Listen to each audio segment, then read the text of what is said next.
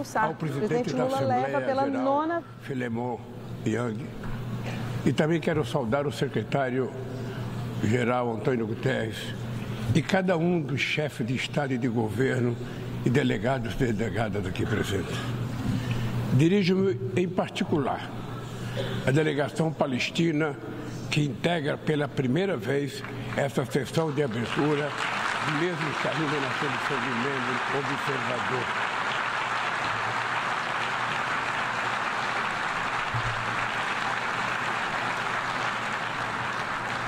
E quero saudar a presença do presidente Mahmoud Abbas aqui presente.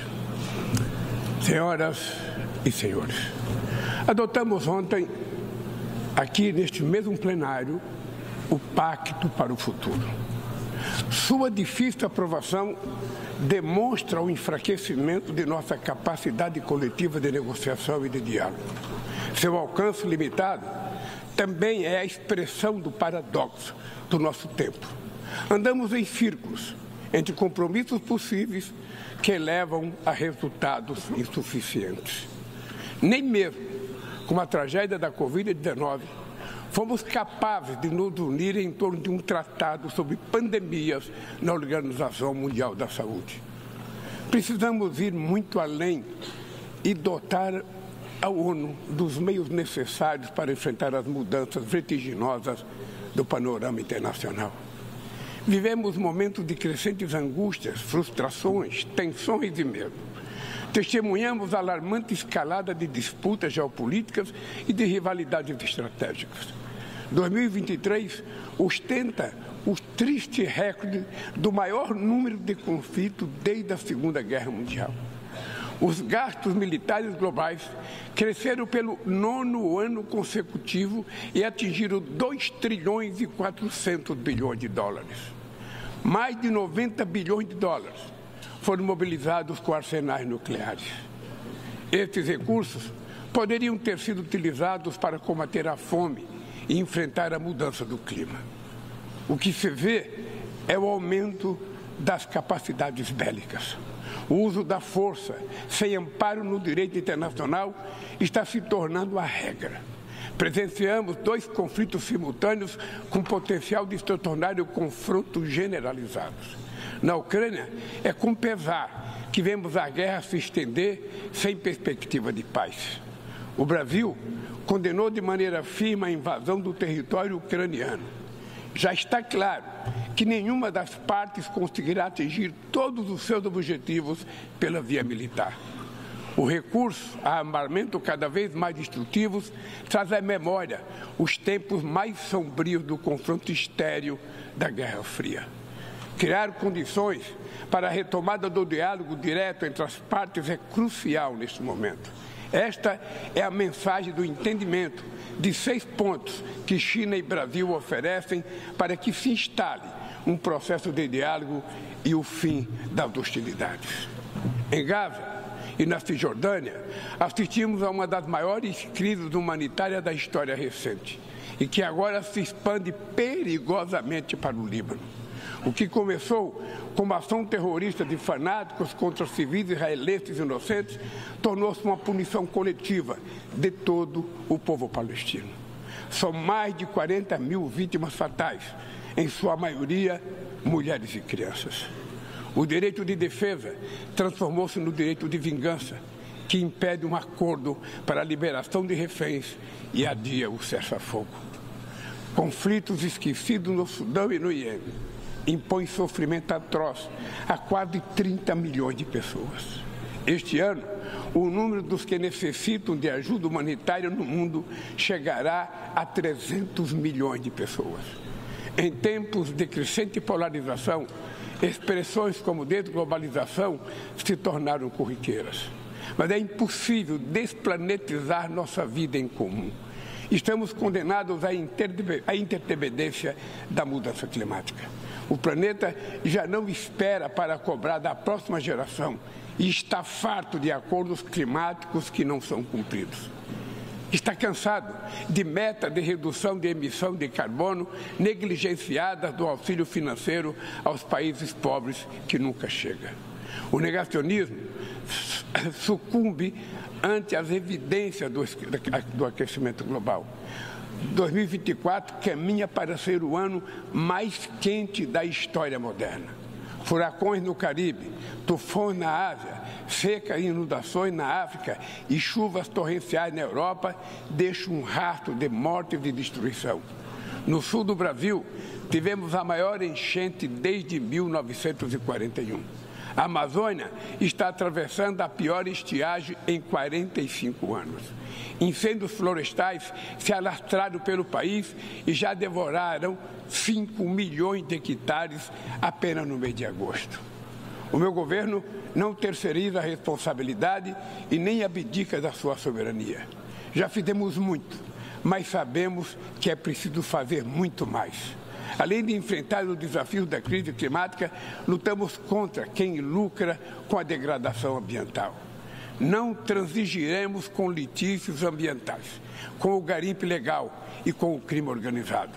Reduzimos o desmatamento na Amazônia em 50% no último ano e vamos erradicá-lo até 2030.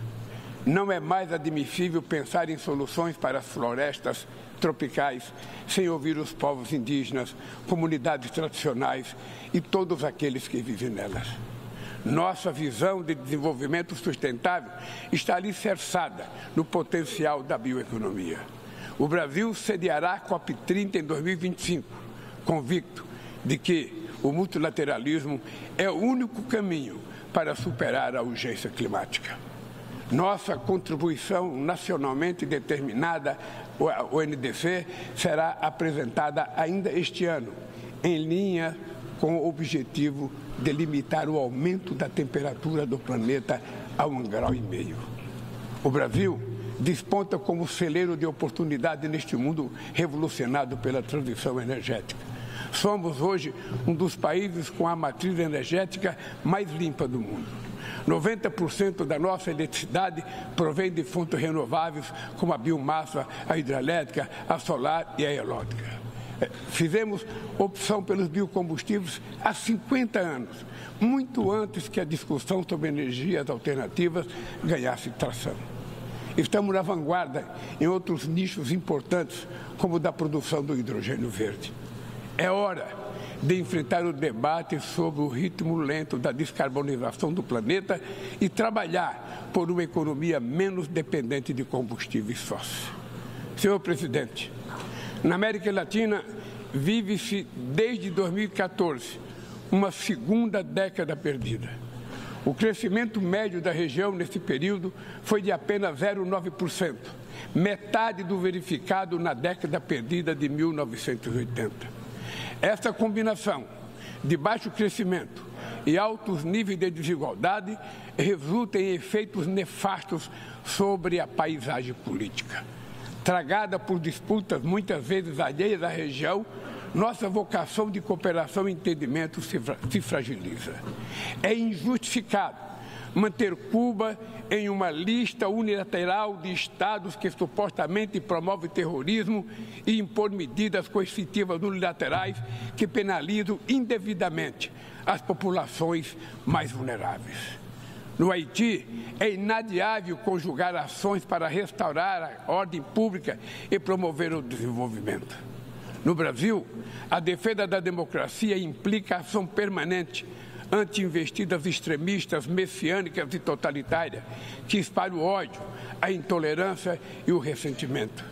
Brasileiras e brasileiros continuarão a derrotar os que tentam solapar as instituições e colocá-las a serviço de interesses reacionários. A democracia precisa responder às legítimas aspirações dos que não aceitam mais a fome, a desigualdade, o desemprego e a violência. No mundo globalizado, não faz sentido recorrer a falsos patriotas e isolacionistas. Tampouco a esperança no recurso a experiências ultraliberais que apenas agravam as dificuldades de um continente depauperado.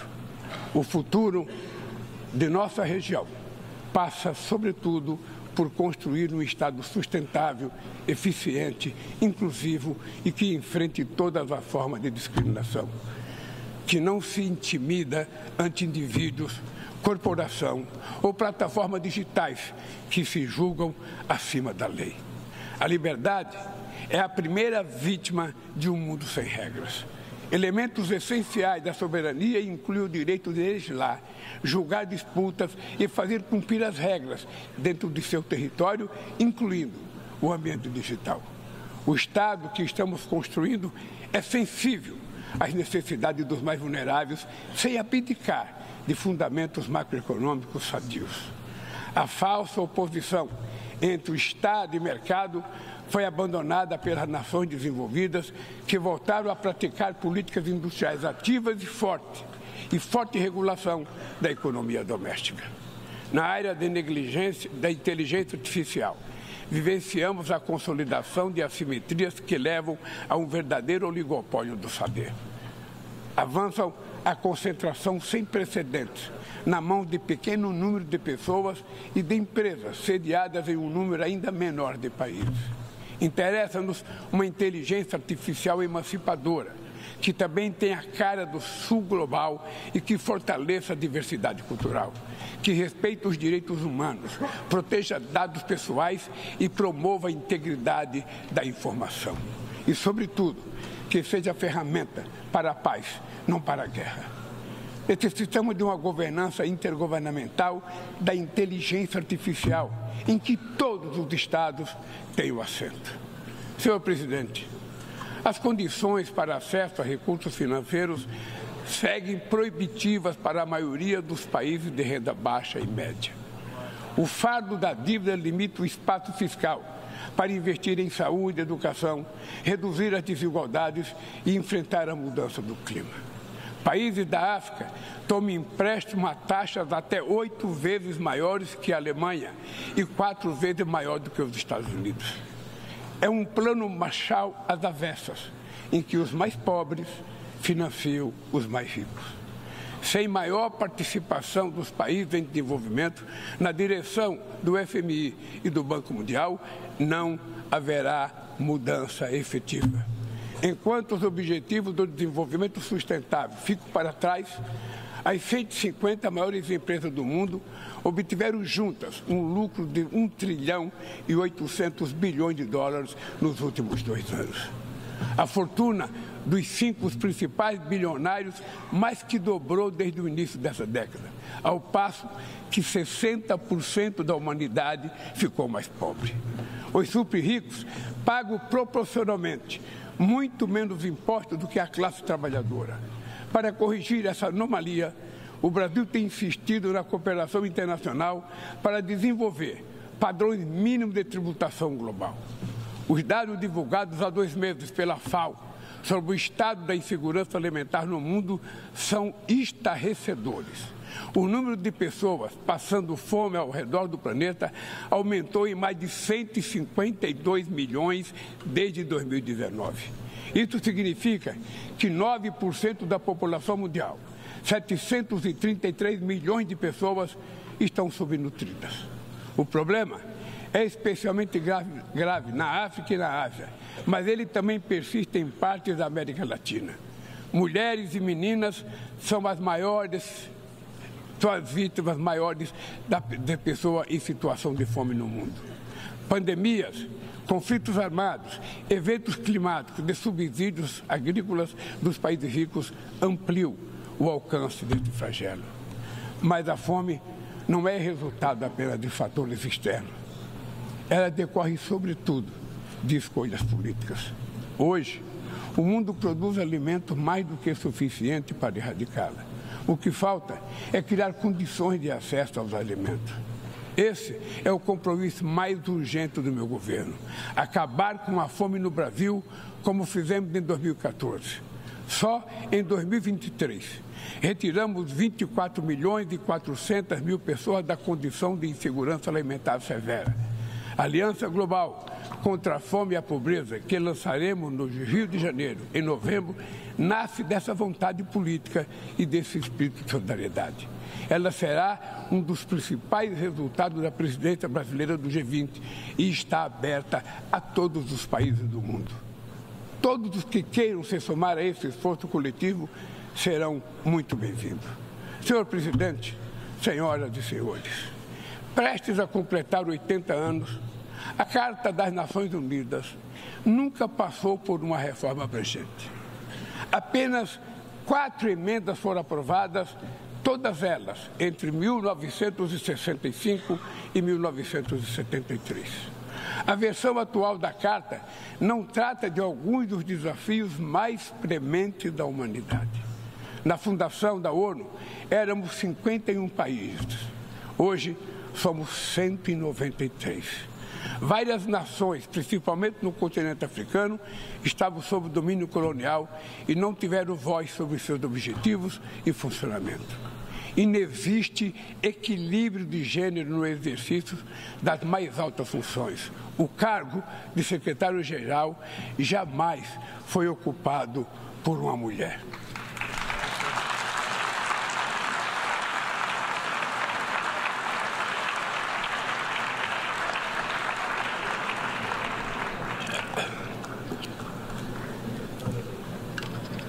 Estamos chegando ao final do primeiro quarto do século XXI, com as Nações Unidas cada vez mais esvaziada e paralisada.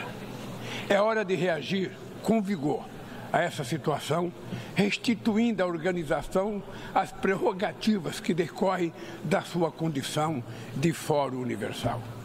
Não bastam ajustes pontuais. Precisamos contemplar uma ampla revisão da Carta.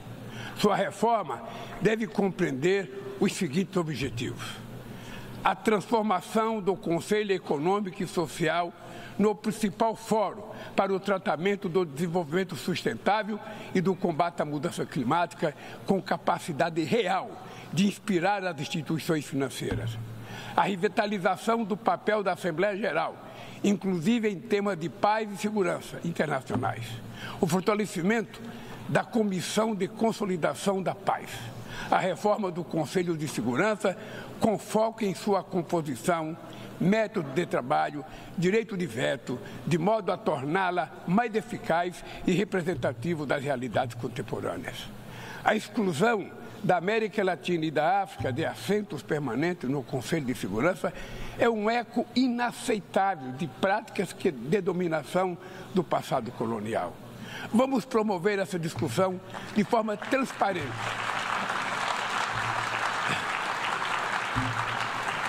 Vamos promover essa discussão de forma transparente, em consulta no G77, no G20, nos BRICS, na CELAC, no CARICOM e tantos outros espaços que existem para discutir. Não tem ilusões sobre a complexidade de uma reforma como essa, que enfrentará interesses cristalizados de manutenção do status quo. Exigirá enorme esforço de negociação, mas essa é a nossa responsabilidade. Não podemos esperar por outra tragédia mundial, como a Segunda Grande Guerra, para só então construir sobre seus escombros uma nova governança global. A vontade da maioria pode persuadir os que se apegam às expressões cruas dos mecanismos de poder. Neste plenário, ecoam as aspirações de toda a humanidade. Aqui, travamos os grandes debates do mundo. Neste fórum, buscamos as respostas para os problemas que afligem o planeta. Recai sobre a Assembleia Geral, expressão maior do multilateralismo, a missão de pavimentar o caminho para o futuro. Muito obrigado e boa sorte.